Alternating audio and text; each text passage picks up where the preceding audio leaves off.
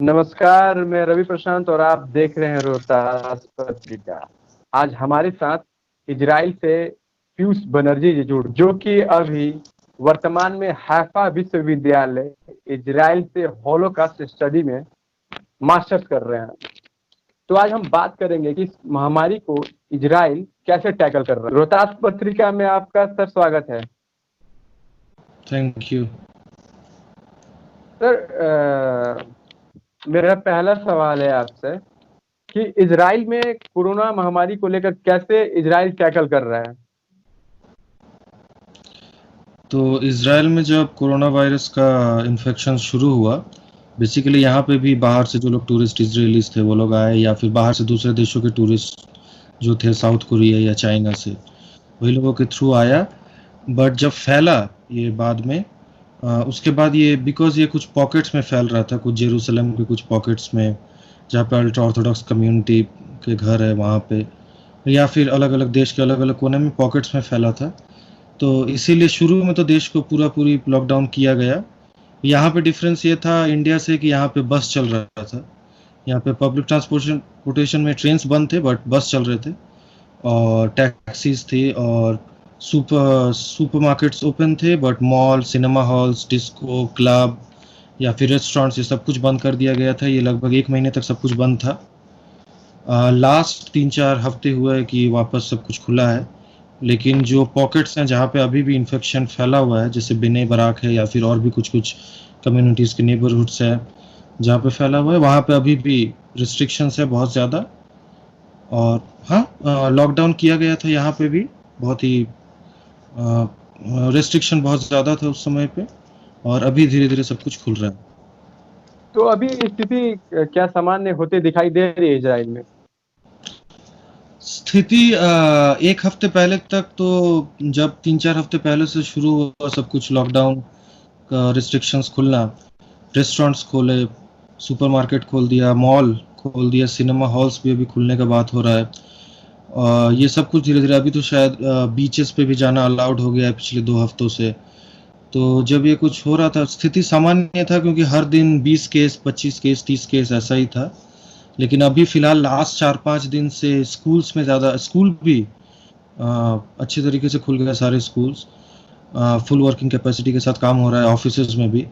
लेकिन स्कूल में ये इन्फेक्शन रेट बहुत ज़्यादा हो चुका है, तो अभी लगभग पिछले 5-6 दिन से 100-150 केस के लगभग में केस नंबर्स आ रहे हैं। तो हाँ, नॉर्मल था कह सकते हैं 1 हफ्ते पहले तक, अभी फिर वापस केस में राइज शुरू हुआ है।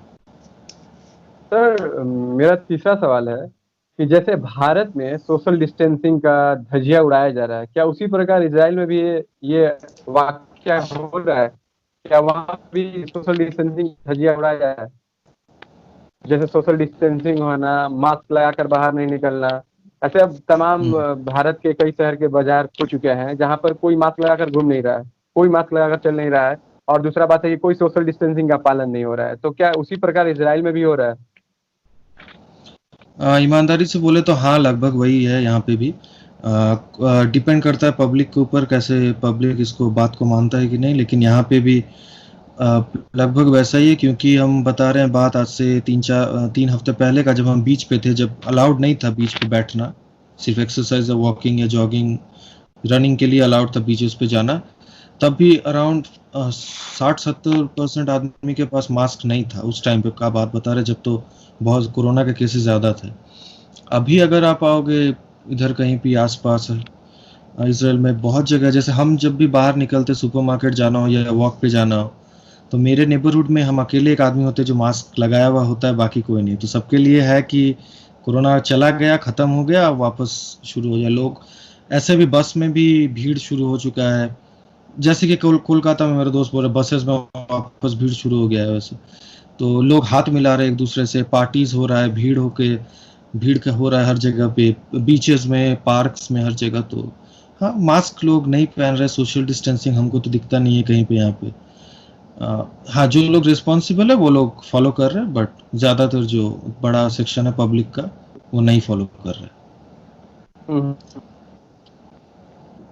जैसे लोगों का मानना है, पॉलिटिक्स से कुछ जुड़ा सवाल, जैसे लोगों का मानना है कि हम्म, 2014 के बाद जब से मोदी सरकार आई, तब से इजराइल का संबंध भारत से और ज्यादा मजबूत हुआ है, इसमें क्या कितनी सच्चाई है?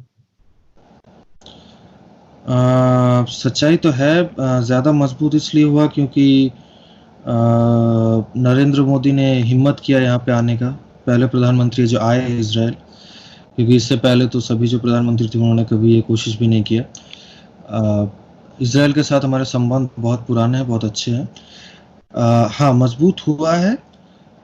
बिल्कुल मजबूत हुआ है। और जो काम सिर्फ क्योंकि हम लोगों को जो दिखता है और न्यूज़ मीडिया जो दिखाता है वो यही है कि इसराइल हमको बंदूक दे रहा है और रॉकेट दे रहा है और यही सब दे रहा है। और भी अलग अलग एरियाज है जहाँ पे सॉफ्टवेयर हो गया, हाईटेक हो गया, इंफॉर्मेशन टेक्नोलॉजी हो गया, या फिर एजुकेशन के सेक्टर में, या फिर एग्रीकल्चर के सेक्टर में बहुत काम हो रहा है साथ में। पॉलिटिक्स यहाँ पे भी एक बहुत अच्छा माहौल है भारत को लेकर। क्योंकि ये महसूस होता है, मतलब आप जब लोगों से बात करो यहाँ पे तो जो भी, अगर आप बोलो कि आप इंडिया से हो तो एक होता है कि लोग जब अच्छे से आपसे बात करते हैं और इंटरेस्ट होता है उनको बात करने में कि क्या हो रहा है, इसके बारे में बताओ, उसके बारे में बताओ। और इंडियंस को लेके सही में बहुत पॉजिटिव इन्वायरमेंट है और रिलेशंस अभी बहुत अच्छे हैं, टू बी ऑनेस्ट। तो क्या लगता है कि इजराइल में भी मोदी के फैन हैं? इसराइल में जो लोग नेतन्याहू के फैन है, यानी राइट विंग गवर्नमेंट को जो वोट करते हैं यहाँ पे, हाँ हाँ वो हाँ मोदी के हाँ। फैन है, बिल्कुल है। जो लेफ्ट के हैं वो लोग मोदी के फैन भी नहीं है, लाइक प्रशंसक भी नहीं है, और उनको अपोज भी नहीं करते। वो ठीक है कि, लेकिन हाँ, जो नेतन्याहू के जो सपोर्टर है, उनके लिकुद पार्टी के और जो राइट विंग के सपोर्टर्स है, उनसे हम्म। आप कभी भी बात करो तो उनको तो है कि हाँ, Modi is a great leader और yes we are great friends, और वही सेम जो नेतन्याहू बोलते हैं वही सब बात आपको सुनने को मिलेगा। और ऐसे भी मोदी का जो एक्सेप्टेंस है यहाँ पे इसराइल में वो फेमस है, लोग जानते हैं उनको यहाँ पे। और जी, बिल्कुल। हम्म। तो जैसे मेरा आखिरी सवाल है आपसे, जैसे इंडिया में बॉयकट चाइना होता है, चाइना के बहुत सारे ऐसे प्रोडक्ट्स को बॉयकट करने के लिए ट्रेंड कराया जाता है, बहुत सारे लोग यहाँ पे बॉयकट का मतलब माहौल बनाते हैं। क्या सेम उसी प्रकार इजराइल में भी ये भी यही कंडीशन है? इजराइल के लोग करते हैं क्या, चाइना का प्रोडक्ट बॉयकट करो, चाइना का प्रोडक्ट बॉयकट करो, क्या कुछ ऐसा है?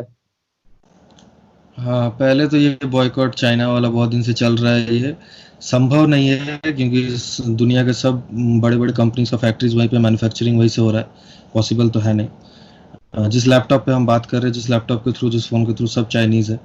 तो यहाँ पे भी कभी भी मार्केट जाओ, कुछ भी करो, जो खाने का प्लेट होता है ना वो भी मेड इन चाइना है, जो ईयरफोन कल खरीद के लाए वो भी चाइनीज़ है, सब कुछ चाइनीज़ है, चप्पल खरीदो वो भी चाइनीज़ है, मेड इन चाइना। तो हाँ, ये कोरोना वायरस को लेके जब भी बात होता है तो लोगों में एक है, रोष है चाइना के प्रति, पर कोई कुछ कर नहीं सकता है, अभी वो वाला हालत है यानी कि आप। मुश्किल है बॉयकट करके, आप फेसबुक पर लिख लीजिए, इससे बॉयकट हो नहीं सकता है, कुछ अब मजबूरी है आपको। हाँ, नहीं, लिखने का हम बहुत कुछ लिख सकते हैं लेकिन मेरे वहाँ पे होगा तब तो। मेरे वहाँ से बिल्कुल सही कोई, बात है। इंडिया में कौन सा फ़ोन कंपनी है जो मेरे को उसके बराबर के टक्कर वाला फ़ोन दे सकता है वैसे टेक्नोलॉजी के साथ और उस प्राइस रेंज में? अगर वैसा होगा तो लोग इंडियन कंपनी से ही खरीदेंगे। तो इसराइल में भी ऐसा नहीं है, लेकिन जैसे हम रहते हैं हाइफा में, यहाँ पे जो पोर्ट है हम्म। वहाँ का बहुत सारा प्रोजेक्ट चाइनीज़ कंपनी का अंडर में, तो लोग नहीं चाहते कि वो चाइनीज़ के अंडर में जाए, बिकॉज अब देखो श्रीलंका का पोर्ट का किस तरीके से चाइना ने कैप्चर किया, या फिर और भी जगह पे हम्म। डेट ट्रैप पॉलिसी जो चलता है, तो उस तरीके से इसराइल में लोग नहीं चाहते कि चाइना के हाथ में प्रोजेक्ट्स जाए। लेकिन रियलिटी ये भी है कि यहाँ पे भी बहुत सारे चाइनीज़ कंपनीज हैं और उन चाइनीज़ कंपनीज में बहुत सारे चाइनीज़ वर्कर्स हैं। तो बहुत सारी चीज़ें यहाँ पे कोई भी सेक्टर में हो, चाइना का बहुत इन्फ्लुएंस है। तो गुस्सा है लोगों में, लोग बात करते हैं, लेकिन बात वही है कि कोई कुछ कर नहीं सकता है इस समय, मजबूरी है। चलिए, मजबूरी है। बहुत बहुत धन्यवाद सर आपसे बात करके। और उम्मीद है कि आप अपने जीवन में, अपने अपने करियर में आगे बढ़ें। रोहतास पत्रिका से बहुत सारी आपकी ढेर सारी शुभकामनाएं। बहुत धन्यवाद बुलाने के लिए, थैंक यू। जाते जाते मैं एक बहुत बड़ी बात भूल रहा था कि अगर आपको, जितने भी लोग ये वीडियो देख रहे हैं, अगर किसी भी लोगों को इजराइल में पढ़ने के लिए, इजराइल में किसी भी कॉलेज या किसी भी विश्वविद्यालय में एडमिशन लेना हो, इजराइल के बारे में जानना हो, तो हमारे पीयूष सर के यूट्यूब चैनल पर आप जा सकते हैं और उनसे फेसबुक के माध्यम से, आप इंस्टाग्राम के माध्यम से जुड़ सकते हैं और आप जानकारी ले सकते हैं इजराइल के बारे में, इजराइल के विश्वविद्यालय के बारे में। और मैंने वीडियो में लिंक दे दिया है, फेसबुक का भी लिंक दिया है और यूट्यूब का भी लिंक दिया है, और आप जाकर जरूर देखें अगर आपको इजराइल में जाना है या पढ़ना है तो।